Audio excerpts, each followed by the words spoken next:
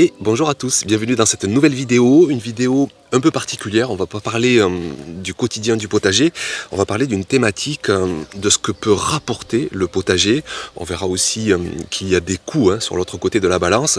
Mais là en fait, il y a quelques jours, je suis allé dans un supermarché et j'ai voulu observer en fait le prix des légumes. Moi ici je commence maintenant à bien récolter à nouveau, la saison bat son plein, on a un climat doux donc on est un peu en avance, on enchaîne les cagettes et les cagettes de récolte.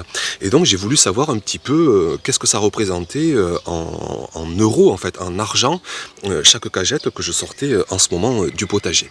Et là honnêtement, vraiment quoi, j'ai assez halluciné. Je pensais que encore ma dernière cagette, il y avait 5-10 euros dedans.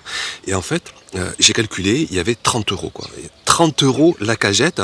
Alors je vous montre concrètement ces prix. On va commencer par les mange-tout. On est ici, ça y est, en totale récolte. Là par exemple, j'ai récolté plus de 600-700 grammes sur la dernière récolte. Et le prix au kilo des mange-tout en supermarché, tenez-vous bien, c'est 17 euros le kilo. Enfin, c'est quand même assez incroyable, 17 euros le kilo. Donc là déjà, 600 grammes de récolté, je suis autour de 10 euros. Ensuite, les petits pois, pareil, on est en pleine récolte, j'en ai récolté mais des kilos et des kilos, j'en ai déjà plein le congélateur. Les petits pois frais au kilo, on est au-dessus de 11 euros le kilo. Donc là, dans la cagette, j'ai 900 grammes, quasiment 1 kilo. Donc là aussi, boum, 10 euros de récolte. Ensuite, je suis allé voir les artichauts.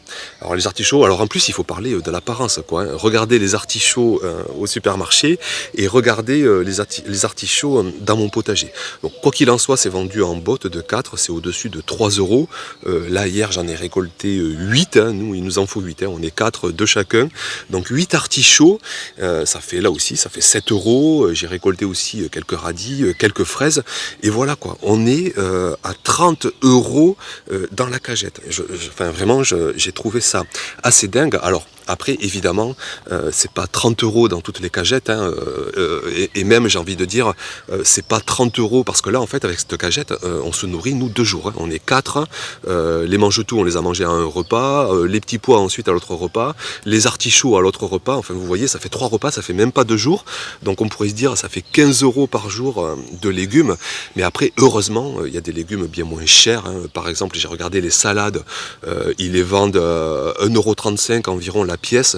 Bon, nous on a du mal avec une salade, ça suffit guère pour un repas, mais on va dire qu'avec 1,50 €, 2 euros, on mange du légume pour un repas. Pareil avec les blettes.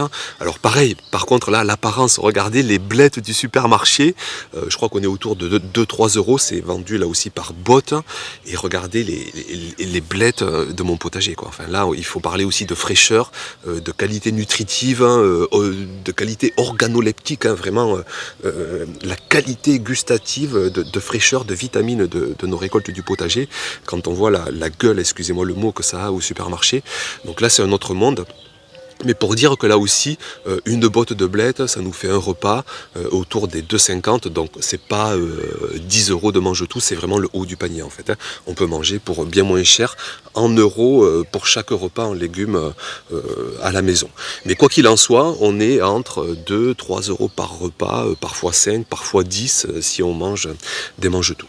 Donc vraiment, je suis à la fois consterné, j'ai aussi un sentiment un peu de fierté, parce que on va en reparler, mais c'est quand même beaucoup d'investissement, le potager, et je m'aperçois que voilà, les épinards, je sors des cagettes et des cagettes, les fèves aussi, j'ai regardé, c'est 3,35 € le kilo, et les fèves, mais j'en ai sorti mais des kilos et des kilos et des kilos, des cagettes que je ramène, c'est un total régal. En plus c'est pareil, l'apparence des fèves du supermarché, comparativement à l'apparence des fèves de mon potager, il n'y a pas de transport, il n'y a pas de frigo, il n'y a pas 15 jours entre la récolte et la consommation, et ça change absolument tout. Alors ces fèves qui valent 2-3-4 euros au supermarché, combien il faut leur donner en valeur quand je les récolte comme ça au potager, qu'on les consomme directement, ou que je les congèle directement, bien fraîches, elles ont gardé toute leur saveur, toute leur fraîcheur, toutes leurs vitamines, et hop, je les congèle directement, et je vais vraiment avoir à manger plus tard dans l'année des fèves de très bonne qualité. Donc tout ça, ça montre que voilà, j'en suis déjà à des centaines d'euros de récoltés, et il va y avoir toutes les cultures d'été qui vont débouler, les tomates, les aubergines, les courgettes, les concombres, les courges. Et là, ça va peser fort sur la balance, ça va peser fort en euros récoltés, et je vais me retrouver avec 1000, 2000, 3000 euros de récolte, j'en sais rien, sur l'année. Mais en tout cas, il y a un sacré gain financier à récolter du légume du potager. Donc ça, c'était le premier message que je voulais faire passer. Vraiment, je pensais pas, on va en reparler, mais mon approche première, c'est pas forcément d'aller chercher une rentabilité financière, c'est bien au-delà de ça. Mais quoi qu'il en soit, il y a un gain financier déjà là, au mois d'avril, au mois de mai, avec les récoltes précoces, on est déjà vraiment sur des cagettes en dizaines d'euros de récolte. Donc ensuite, l'autre message que je veux faire passer, c'est que ça, c'est un gain quelque part d'apparence. Et d'ailleurs, moi je suis un peu insupporté, je trouve que le potager, il est un peu à la mode, on le voit dans les reportages, aux informations, aux 13h, aux 20h, et je trouve que c'est terriblement raccourci, on vend parfois du rêve à montrer comme si les légumes tombaient du ciel, un potager contre l'inflation, un potager avec des légumes gratuits. Alors là, je suis carrément pas d'accord et je vais vous expliquer pourquoi. Pour moi, le potager, ça montre l'investissement du jardinier. Et je veux insister sur ce mot, sur cette notion de jardinier investi, sur cette notion d'investissement. Moi, ce dernier potager, ça va faire bientôt 10 ans que je vais l'avoir.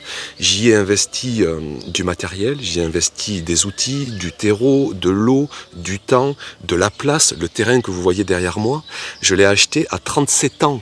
Et pendant 15-17 ans, j'étais auparavant dans une maison beaucoup plus petite, sur un terrain beaucoup plus petit, parce que j'avais pas l'argent pour acheter plus grand. J'ai mis de côté année après année pour enfin à 37 ans pouvoir m'acheter le terrain de mes rêves. Et je peux vous dire que pendant 15-20 ans, j'ai travaillé comme un acharné pour pouvoir m'offrir cette place, pour dire que voilà, un potager c'est de la place, et la place, quelque part c'est de l'argent. Alors soit c'est sur un terrain constructible, ça vaut cher, et même sur un terrain non constructible, il faut acheter un terrain pour faire du potager, il faut avoir de la place. C'est aussi du temps. Souvent vous êtes d'ailleurs nombreux à me demander combien de temps. Moi ici j'ai un potager, j'ai plus de 150 mètres carrés cultivés. Quand on ajoute les allées, les zones à compost, à paillage, la serre, on arrive à 400-500 mètres carrés. Tout ça, il faut s'en occuper. Les allées, je mets du broyage, je les paille. Les parcelles, je les paille. Il faut tutorer, observer, arroser, désherber, tutorer. Enfin bref, le potager. Mais je sais qu'il y en a qui arrivent avec de la paresse. Mais ici, honnêtement, c'est du travail. C'est un labeur, c'est un investissement. C'est bien 1 heure par jour. Là, en ce moment, c'est plutôt 2, voire parfois 3, voire parfois une journée entière le week-end pour arriver à maintenir ce potager. Vous savez que la nature, elle veut rapidement reprendre la place, et le potager, il faut jongler, essayer de se faire un peu de place et la laisser pour nos cultures. Donc c'est du temps. Il y a aussi cette notion d'eau. Alors en plus, c'est un sujet très d'actualité parce qu'il en manque. Moi je suis dans le sud, il en manque. Heureusement, je mets toutes les solutions en place pour optimiser l'eau, pour recréer un microclimat. J'ai des haies, j'ai des arbres, j'ai du paillage, j'ai de l'ombrage en saison, j'ai un sol qui est meuble, qui est spongieux, qui retient la moindre goutte d'eau, mais néanmoins, il me faut de l'eau. Alors heureusement aussi, j'ai ce qu'on appelle un compteur de jardin, je crois que ça se fait plus trop, mais c'est un compteur où on paye l'eau beaucoup moins cher. Mes voisins ont souvent des forages, d'autres sont raccordés au réseau des agriculteurs. On trouve toujours des solutions pour avoir quand même de l'eau à bas coût, et on sort vraiment sur l'année avec une centaine d'euros, on arrive déjà à avoir une quantité d'eau largement suffisante. Ça peut monter à 200-300 euros si vraiment on a un gros potager, on a des gros besoins, qu'on traverse des canicules, mais quoi qu'il en soit, c'est quand même une dépense chaque saison au potager. Très variable selon vos régions, selon le contexte. L'eau, c'est pour répondre à la transpiration du feuillage, c'est pour répondre à l'évaporation sitôt qu'il fait chaud, sitôt qu'il y a du vent, c'est pour faire grossir les légumes. Donc ce besoin est très variable d'une région à l'autre, mais quoi qu'il en soit, dans mon cas, ça reste quand même une dépense saisonnière annuelle. Vient ensuite donc les outils, plus ou moins gros, plus ou moins durables. Moi j'ai acheté un broyeur sur ces 10 dernières années, je me suis équipé de grelinettes, de crocs, de râteaux. Bon, tout ça est amorti sur des années, mais ça reste aussi des dépenses. J'ai investi dans une serre, j'ai aussi investi carrément dans de la terre, parce que j'ai un sol très capricieux, et sur ma dernière extension, je voulais vraiment une terre magnifique, mais Dieu sait qu'elle va me rapporter pour le reste de ma vie.